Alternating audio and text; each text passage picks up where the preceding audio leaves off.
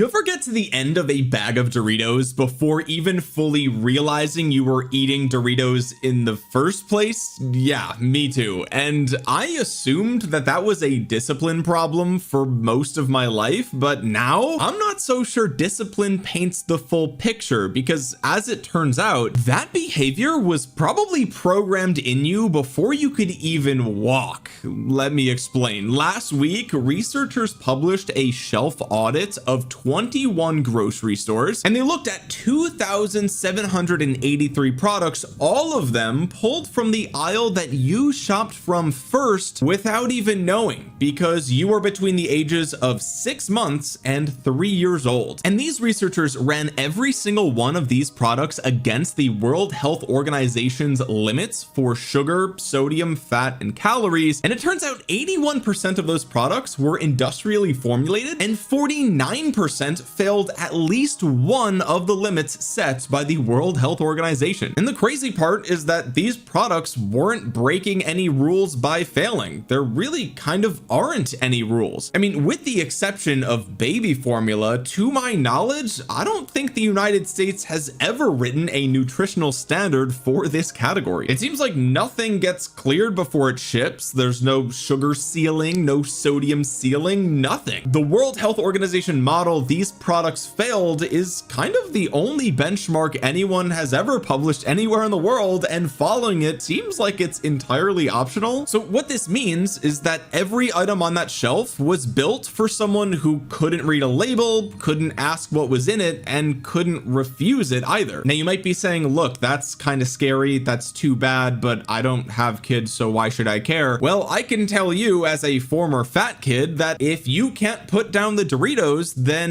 that kid that received those products, that was you. So here's what I want to work out. What did giant food companies decide about the way food is supposed to taste before you had any say in it at all? And with them putting their finger on the scale, no pun intended, is it safe to say that our overconsumption of food has been engineered from the very beginning? Now, I know what you're saying, right? Engineering overconsumption of foods seems like something that's just common knowledge at this point, right? Everyone kind of knows that these giant corporations have been doing this for decades now. So why are we talking about this today? Well, as I just mentioned, researchers published a brand new finding just yesterday at the time of recording this. 80% of toddler foods on grocery shelves are ultra processed, audit reveals. Now I want to jump into this, but really quick, this is actually the first video on this channel. So if you watch this video and you end up liking it, please leave a like down below, because that's the only way that small brand new channels like this can possibly break through the massive YouTube algorithm. So yeah, any engagement really helps. All right, folks, let's read this really quick to see what exactly we're talking about. An audit of toddler foods sold at 21 grocery stores in Texas revealed that 4 out of 5 products were ultra processed, and 49% of all products failed to meet at least one nutrient standard established by the World Health Organization Nutrition and Promotion Profile Model for commercial foods intended for children's aged 6 to 36 months. The findings come as the US Food and Drug Administration is considering new guidelines for front of package nutrition labels, health claims, and marketing of food products to children. The United States does not currently require warning labels on foods high in sugar, sodium, or calories, which is kind of insane. Quote, many parents may assume that products sold in the baby/toddler food aisles of their grocery stores have to meet certain nutrient standards. Our findings highlight that half of the toddler foods available in local grocery stores do not, said Aaron A. Hudson, JD, ASN Science Policy Fellow and PhD candidate at the University of Texas at Austin. As a result, parents have to be vigilant in checking labels and ingredients to determine the nutrient content and processing level of products for their toddlers. Hudson presented the findings at Nutrition 2026, held July 25th to 28th in National Harbor, Maryland, just outside of Washington, D.C. The foods children consume during the toddler years can shape taste preferences and dietary habits that persist throughout childhood, influencing long-term health. High sugar intake in particular is well established as harmful to the health of young children. According to a study, ultra processed products were significantly more likely to be high in sugar than less processed products. Of the 2,783 products analyzed, 17% of products failed to meet the World Health Organization recommended nutrient content levels for sugar, 25% failed for sodium, 11% failed for fat content, and 12% failed for energy density. Examples of food exceeding these recommendations include fruit pouches high in sugar, oat bars high in sugar and calories, mac and cheese high in sodium and fat, turkey sticks high in sodium and fat, cheese puffs high in calories, and peanut butter puffs high in sodium, fat, and calories. Big surprise there with peanut butter. Now look, I know what you're saying. These guys, they just looked at a couple of grocery stores in Texas. What's the big deal? It's nothing new, right? Well, if we take a look back at February of this year, most baby food is ultra processed, study finds, and this was a much more in-depth study published in the Nutrients Journal on February 9th. Here's the journal itself: Tiny Tummies, Big Questions, Unpacking Ultra Processed Ingredients and Additives in Complementary Foods in the United States. Now, I'm not going to read the entire study here, of course, but results showed that 71% of the baby food found in grocery stores could be classified as ultra processed foods. These ultra processed baby foods contain twice as much sugar and considerably more sodium than healthier options, researchers said. The most common additives were flavor enhancers, thickeners, emulsifiers, and colors. Quote, "We're seeing a growing body of evidence that certain additives may harm health," end quote. Now, I know there's also a crowd out there that's going to say, okay, well, how do you define ultra processed food, right? And I get that. And even the FDA, I think, is come out and said that they're struggling to really pinpoint a definition there. But let's just take a step back for a second. Okay, let's just be regular, normal people, take off the scientist hat. Okay, if you walk into a grocery store, I would say most of the time, if you look at a product, you can tell if it's ultra processed or not, if it's shelf stable, if it's, I don't know, a cookie, right? I mean, it's probably ultra processed if it's from Nabisco or PepsiCo or any of these big companies, and the ingredients list has 40 different things on it, and you're like, wait a minute, these are muffins. How are there 40 ingredients for muffins, right? I think in general, I would say most well-established adults can determine for themselves what's probably ultra processed or not. So let me bring this back to the Dorito statement I said at the beginning of the video, and how overconsumption is appearing to be engineered from the very start of our lives. I mean, we have laws, rules, and regulations in place against marketing certain things to kids, right? That's one of the biggest changes that's happened since the early 2000s. But when it comes to the nutritional value of the products that we feed our kids, or like I said, the products that were fed to you before you could even make any choices, there's surprisingly not a lot of strict guidelines here, right?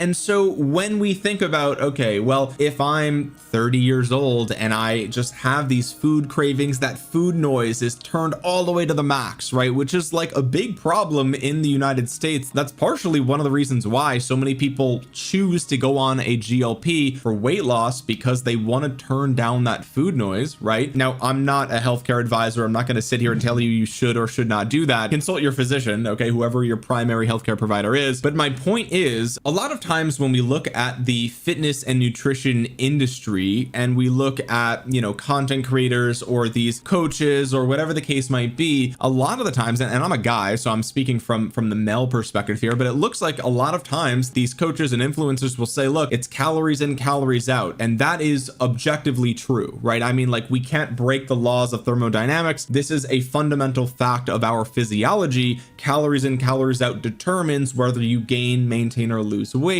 But it's a bit more nuanced than that, right? It's like, okay, well, you ate all this junk food and it's your fault, right? Because you took too many calories in. That's kind of the position that a lot of these coaches and influencers have. They're like, look, these companies aren't forcing you to eat this garbage, right? And that's true. I mean, they're not knocking on your door, shoving Doritos down your throat, right? But they're doing like the next best thing. They're really doing everything but that, right? Like, that's literally the only thing they're not doing. And if they could do that, they would. But what they're doing is, like I said earlier, putting their finger on the scale of what foods you're consuming before you're even able to make any choices, right? A lot of these foods that are for toddlers and babies are manufactured by some of the same parent companies that are manufacturing the foods that you eat as adults. And so then it's like, okay, well, you know, yes, calories in, calories out is true, but the deck is kind of stacked against you. And that's not even really your fault, because you didn't get to choose what you ate when you were 2 years old, right? So whose fault fault is it? Well, is it your parents' fault? And it's like, okay, I guess so, right? But again, 80% of these foods are ultra processed and 49% failed the World Health Organization standards. So it's like, you know, your parents, I mean, yes, ultimately it was their decision, but the deck was stacked against them as well. If all of these foods, nearly half the products are failing nutrient guidelines, then it's like, okay, well, 1 in 2 products that they grab they're gonna fail just based on a coin flip, right? So again, I'm not gonna say that it's not your parents' fault, but I think that's just dramatically oversimplifying the problem here, because we're talking about multi-billion-dollar companies that they have every incentive in the world to have kids tuned in their brains, right? Their primitive part of your brain to crave highly palatable food.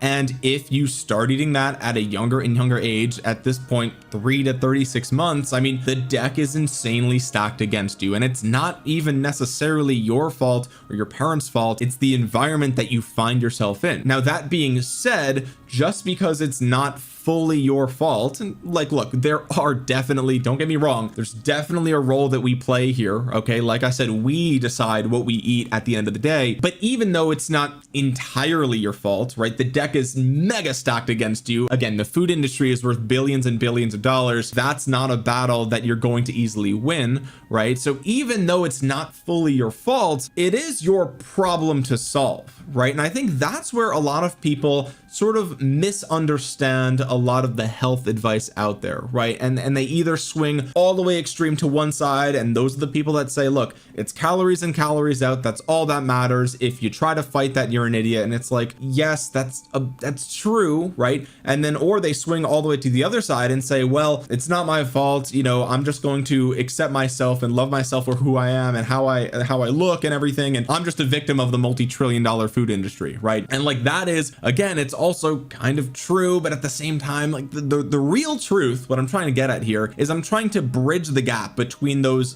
things that are actually true, right? It is actually true that there are billions and billions of dollars that have a vested interest in you over consuming food, and it's also true that it's your responsibility to not over consume food, okay? And so in a world where both of those things are true simultaneously, what do we do about that, right? Because again, if we look at the calories in, calories out crowd, and they say it's just that simple, that's all you have to do, and they're right, but just because it's simple doesn't mean it's easy. And again, that's why so many people still find themselves with extra weight to lose despite knowing what to do, right? We all know what to do. Everyone knows what to do. Eat more fruits and vegetables, get outside, go for walks more, exercise more, right? Limit the amount of sugar you consume, limit the amount of fried foods and fast food to consume. Like, these are all, this is common sense at this point, right? Everyone knows this. I don't think people are like really confused on what to do. They know what they should do, but why aren't they doing it, right? And that's the push-pull that I'm trying to get at here in this video. The reason that they can't do it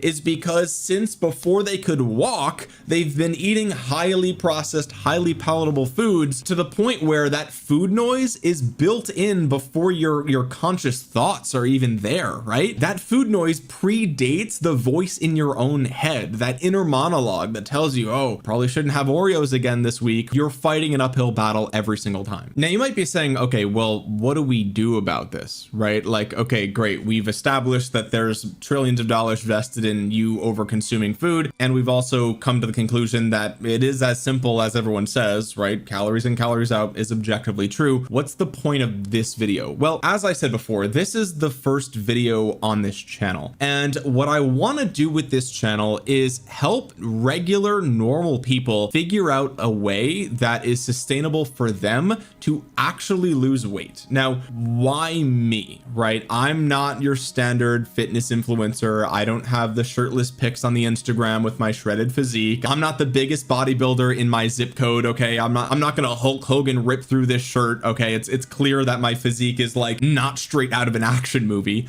okay? The reason that I wanted to make this my first video is because this is the environment that I found myself in as a kid. And when I was in about about 2016, I was in college, I was about 218 pounds at my max, and then I lost 50 pounds all the way down to 166 was my lowest, and that was 9 years ago. And since then, since 2017, there have been times where I've gained some of that weight back, but as of today, I am still 168, I think, exactly on the dot this morning when I weighed myself in, July 28th, 2026. So for 9 years, I have kept the weight off. And the reason that I tell you this isn't to brag, it's to establish my credibility as somebody who lost a significant amount of weight. 50 pounds is, that is no small amount of weight to lose. But what's even more rare than that is that I've kept it off for 9 years. Across many weight loss studies, most people who lose weight gain half of it back within 2 years, and by 5 years, lots of participants see that they've regained at least 80% of the weight that they lost, right? Other studies show that of individuals who lose about 10% of their body weight, only about 20% of them can keep it off for an entire year. So again, I'm not telling you this to brag and say, oh, I'm the special one, I'm different, like I kept the weight off for 9 years. What I'm telling you is, look at me. I'm not a bodybuilder. I'm not some fitness influencer. I don't have some extraordinary physique, okay? But what I have done is the extraordinary task of keeping 50 pounds off for 9 years. And I think for the average person, that's really all they're looking to do, right? You guys can let me know in the comments if I'm wrong about that. Most people don't want to look like a professional bodybuilder, right? Now, I'm sure you wouldn't turn it down if you could snap your fingers and make that a reality, but really, most people just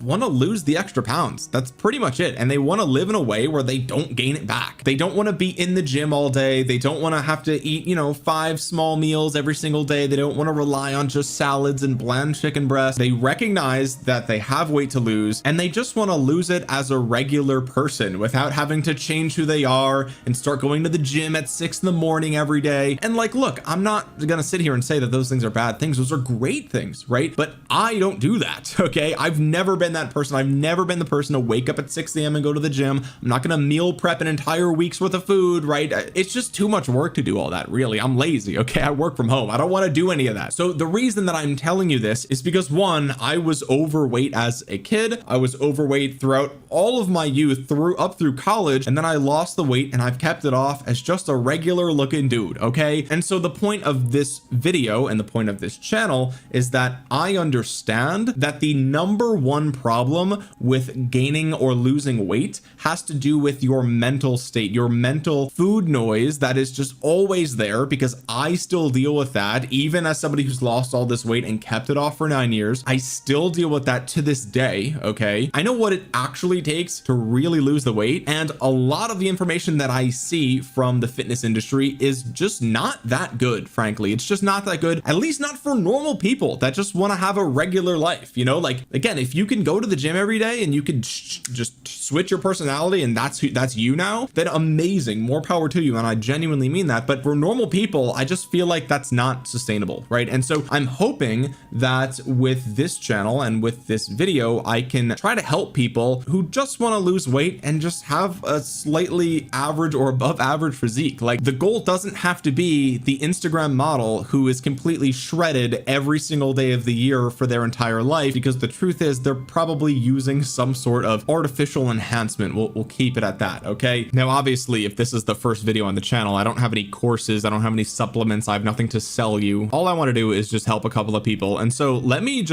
explain, I guess. Let me use a couple of examples of why I think a lot of the current advice from the fitness industry is just not very good, okay? My first 30 pounds that I lost, I did not go to the gym. You don't have to go to the gym. I know that sounds insane, and I'm not going to tell you it's bad. Of course, it's amazing to do it. Go to the gym if you can, if you want to, if you have the ability to, go ahead and do it, right? That's fantastic. But going from somebody who was overweight and didn't like working out, still don't like working out, and losing 30 pounds without the gym, that sounds like it goes against all common knowledge. And why is that? Well, the reason is obvious. If you've ever tuned in to the ball drop on New Year's Eve in Times Square over the last couple of years, who's the sponsor of that event every single year? It's Planet Fitness. Why? Because they use the new year as a milestone for a lot of people. They say, okay, this is the year I'm going to lose the weight. And in order to do that, they've convinced you that the gym is how you do that. Okay, and again, I know this sounds insane that I'm like telling you don't go to the gym, and again, I'm just be clear, I'm not telling you that. What I'm telling you is you don't need to if you don't want to. Okay, I lost the first 30 pounds without going to the gym. The last 20 I did step it up a little bit, but since then I mean to this day I don't go to the gym, right? And now should I? Sure, I should. Okay, but what the point of this channel is going to be is just to get you to do what is sustainable for you and helps you be as healthy as you can possibly be realistically with your current life. The entire fitness industry spends billions of dollars convincing you that the only way that you can achieve your dream physique is by going to the gym. And maybe that's true, but maybe you don't want the dream physique that they try to sell you. Maybe you don't want to look like Sam Sulek. You don't want to look like these guys that are just absolutely jacked. You just want to lose some weight. What YouTuber on the platform just tells regular people how to easily lose weight without trying to be like some shredded 6% body fat giga chad alpha male? No.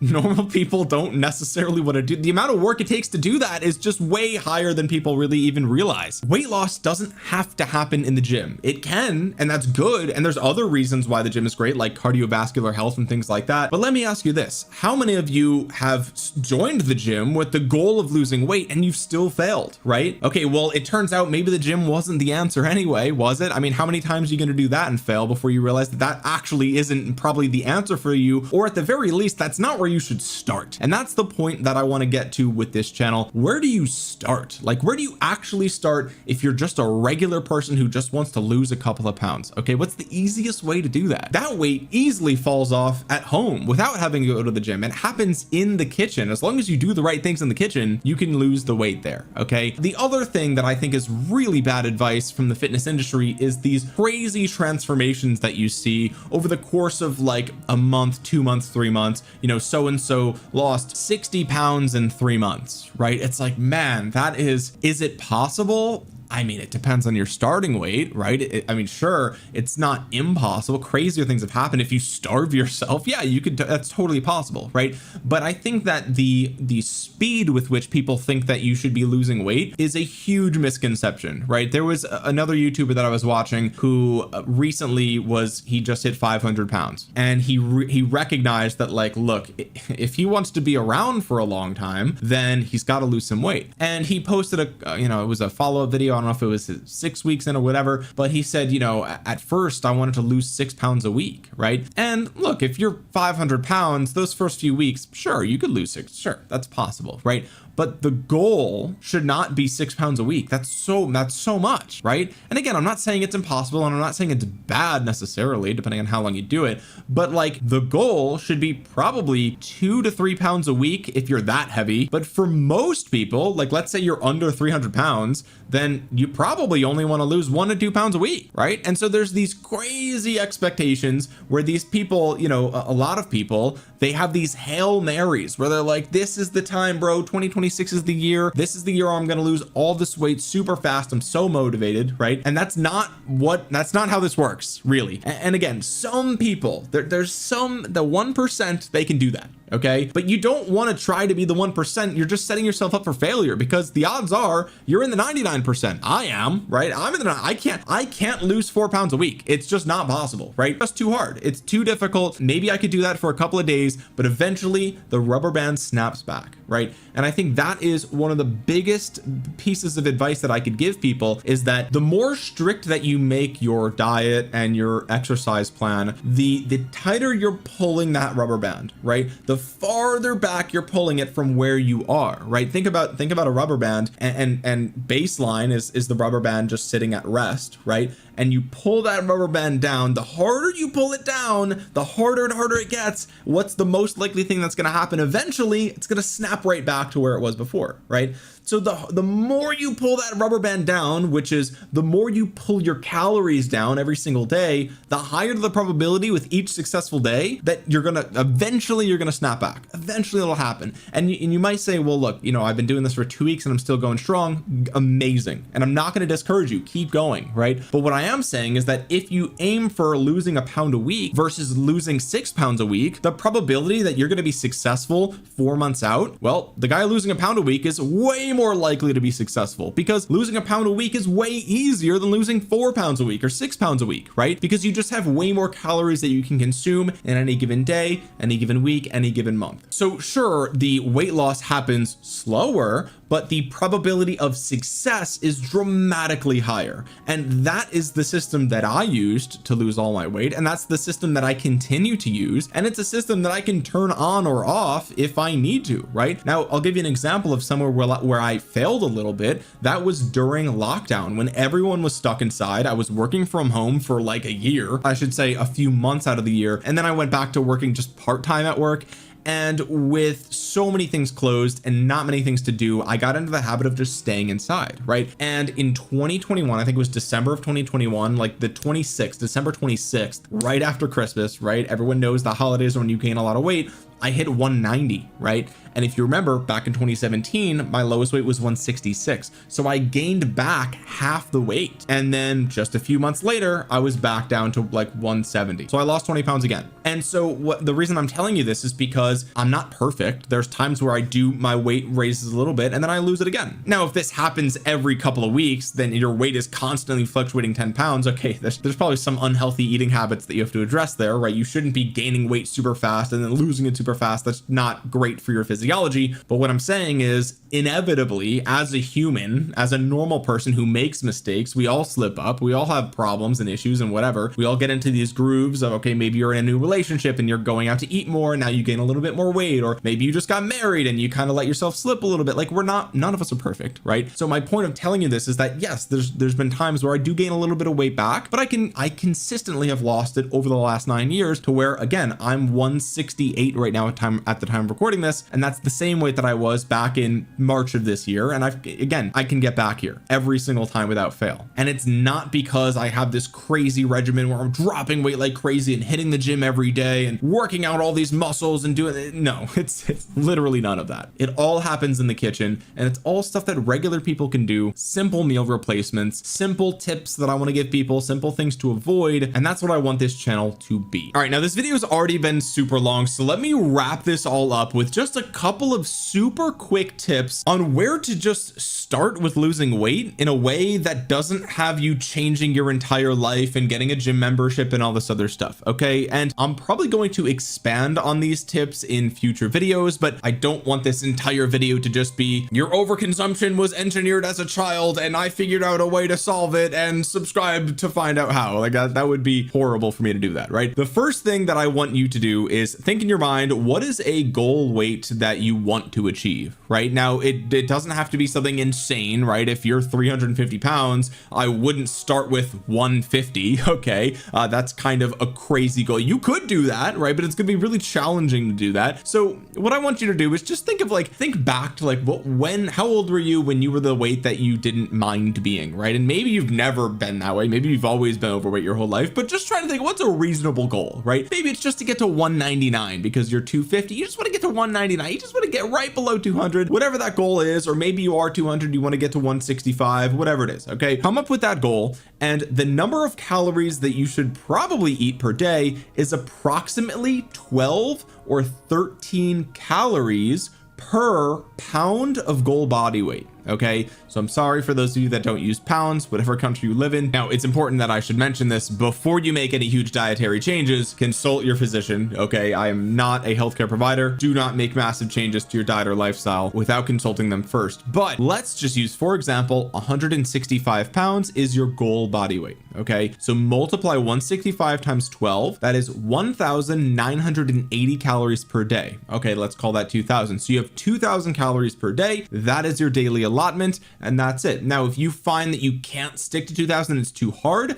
then let's make it 13 calories per pound of goal body weight. That's 2,145. Let's call it 2,150. Okay, 2,200 maybe if you really want to round up there. So it gives you a little bit of extra wiggle room. Okay, now your goal is just stay at or below that number every single day. and that's it. Now again, you don't want to shoot for that I want to lose 4 pounds a week, right? Like it's just too hard. You don't want to shoot your calories too low. Yeah, you'll lose weight faster, but you're not going to stick to it in the long run. And the goal should be long run adherence to your plan rather than the speed to which you get to the goal. Because if you get there really fast and then you gain it all back afterwards because you start eating too much again, then you failed, right? The goal is consistent daily progress and small steps in that direction. Okay. The next thing that I want to recommend to you is protein and fiber. These are the two things that are absolute cornerstones of my diet, and they really help out a ton, but a lot of people overdo this, and I think it's kind of silly. So again, take the goal body weight you want to be. So again, we'll take 165, the number of grams of protein you should eat per day,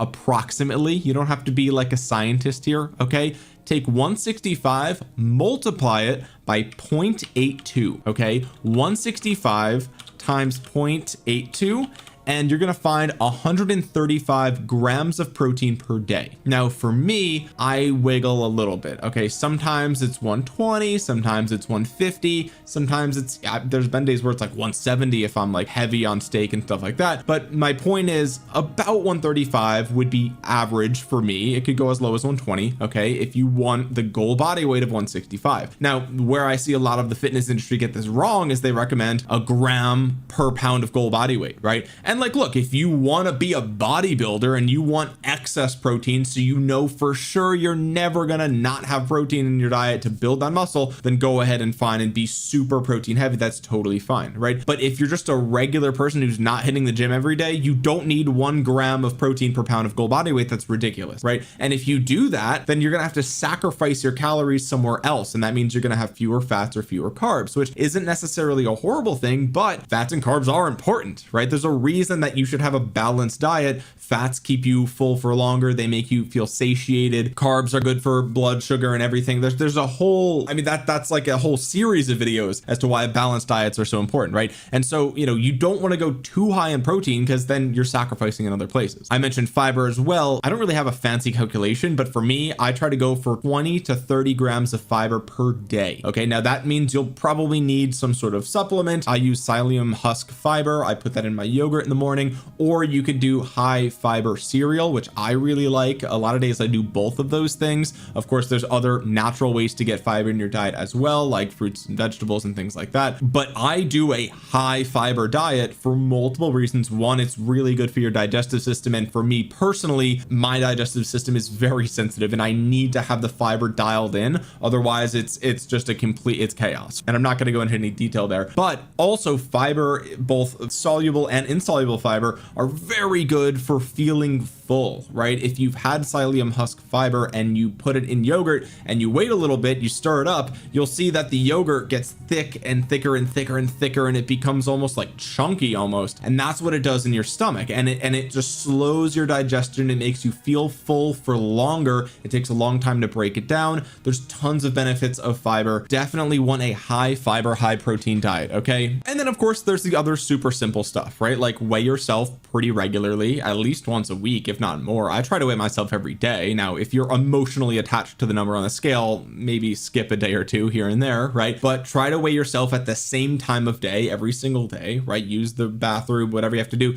but be completely in the same environment every single time, same number of clothes, everything like that. Weigh yourself every day or every other day, and weigh your food, right? I mean, if you don't know how much you're eating of any given thing, if you're just eyeballing it, you're going to be wrong. I mean, even myself, I have years of knowing of weighing things and trying to keep track of what I'm eating. And even still, I continue to do that, right? Because otherwise you just don't know, right? It's so easy to go over the difference between half a tablespoon of oil and 2 tablespoons of oil. It might not seem like that much at first glance, right? When you're making a steak or when you're making eggs or whatever the case might be. I guess you probably shouldn't use that much oil for eggs, but you get my point. It's so easy to mess that up. And then all of a sudden you have way more calories of fat than you really even realized, right? Same thing with dipping sauces like ranch dressing and stuff like that. Like go for the low calorie alternative alternative, but then on top of that, you should know how much exactly you're eating, because those sauces are super high in calories, you don't even realize it. And then cut out the unnecessary stuff, right? Like people that drink full calorie soda at this point is like, bro, what are you doing, right? I know, I understand taste preferences, but the difference between a Coke and a Coke Zero from a flavor profile is minuscule compared to the difference in calories, right? Like there's so much sugar in that stuff that it's like there's just no excuse in 2026 in my opinion. Same thing with like Sprite versus Sprite Zero. I don't even know if I can tell the difference, right? And in many cases I prefer the one with 0 calories because it's a little less sweet, and like as I get older I just find it to be too sweet, right? So make those super simple changes that's like effortless. It's effortless to do the diet, right? And like people, it's so funny, people complain on the internet, oh, it's diet soda. Oh man, your life's so hard, you got to drink diet soda. Like what are we doing, right? Don't cry about that you're being a baby, okay? If that's all it takes to change your life, you can't just suck it up and have a diet soda. Like what do we do? Why do we have a blind allegiance to full sugar soda? It's so stupid, right? It's so tribal, it's so ridiculous. Just drink the Coke Zero and your life will be better. And the final tip that I'll give you guys before I expand on some of this stuff in future videos is that understand that you're gonna make some mistakes, okay? I mess up, everyone messes up, it's totally fine. The important part is that you get right back on track the next day, right? And say, look, I'm human, humans make mistakes, it's okay. Don't let that derail your whole life. Don't let that derail your entire week or your entire month or whatever the case might be. Just wake up the next day and say like, look, yesterday I went over, right? And even if it's by 1,000 calories, I was supposed to eat 2,500, I ate 3,500 because I went to McDonald's, right? Be honest with yourself and just say, yeah, I went over, right? And it is what it is. But today's a new day. We're gonna start fresh today. And okay, that one day of mess up, okay, maybe you've postponed reaching your goal by a day or by 2 days. It's really not the end of the world. What matters is being better every day, not being perfect forever, because you're never going to be perfect forever. Nobody is. So allow yourself to mess up a little bit here and there, but be honest with yourself about it, and then try to figure out why did you mess up, right? Like why did you go and get that fast food? Why did you buy that, 32-ounce Mountain Dew? You know how many calories that is, right? So it's like, why did you mess up? And beyond, like really answer the question. Look, okay, well, I was starving and I didn't have any food and I felt too late. I was too tired from work to cook anything, so I had to order something. So okay, now you know that like if you find yourself in that position again, you're probably going to make the same mistake, right? So how can you make sure that that doesn't happen? So for me, one of the things I do is I have these flatbreads that I bought from Trader Joe's, and I just leave them in the freezer, and it's basically a small pizza, really. I mean, the whole thing is about 600 calories, and it feels like an unhealthy treat, and like, compared to chicken with broccoli, it is, right? But 600 calories, it's like, I don't know, like 20 grams of protein or something. And sometimes I throw some canned chicken on there to bump that protein number up. But if I'm feeling really lazy, I don't want to cook, I'm tired, whatever, I just throw that in the oven, and then boom, I have this like little personal flatbread pizza, 600 calories. It tastes, I mean, it's not as good as fast food pizza, let's be real, but it's so much faster than ordering, right? And it's so much cheaper than ordering, and it's so much healthier than ordering. Even though it's not perfect, it's not the cleanest meal ever, there's still some saturated fats and things like that. I do that, and it's kind of the lesser of two evils, right? And so you want to kind of set your life up in a way around those mistakes and those pain points, and really only you can figure out what your pain points are, right? I can't hold your hand through your day and tell you, oh, like, if you diet for a week, then you're going to break on day 8 because of this reason. Only you can know that. But identifying those things in the rear view mirror and then adjusting as you go forward, that is super key to sticking to this stuff. And of course, I will have future videos elaborating on all this stuff in more depth. And if you have any questions or any like insights that you want from me, put it in the comment section below and I'll try to answer or address it in a future video. So if you made it to the end of this video, to the end of my first video on this channel, consider subscribing down below. It's really going to help out the small channel a ton. And while you're down there, drop a thumbs up on the video. It's the only way a video like this is going to stand a chance in an algorithm that is completely against it. And with that being said, guys, thank you so much for watching. I hope to see you again here soon.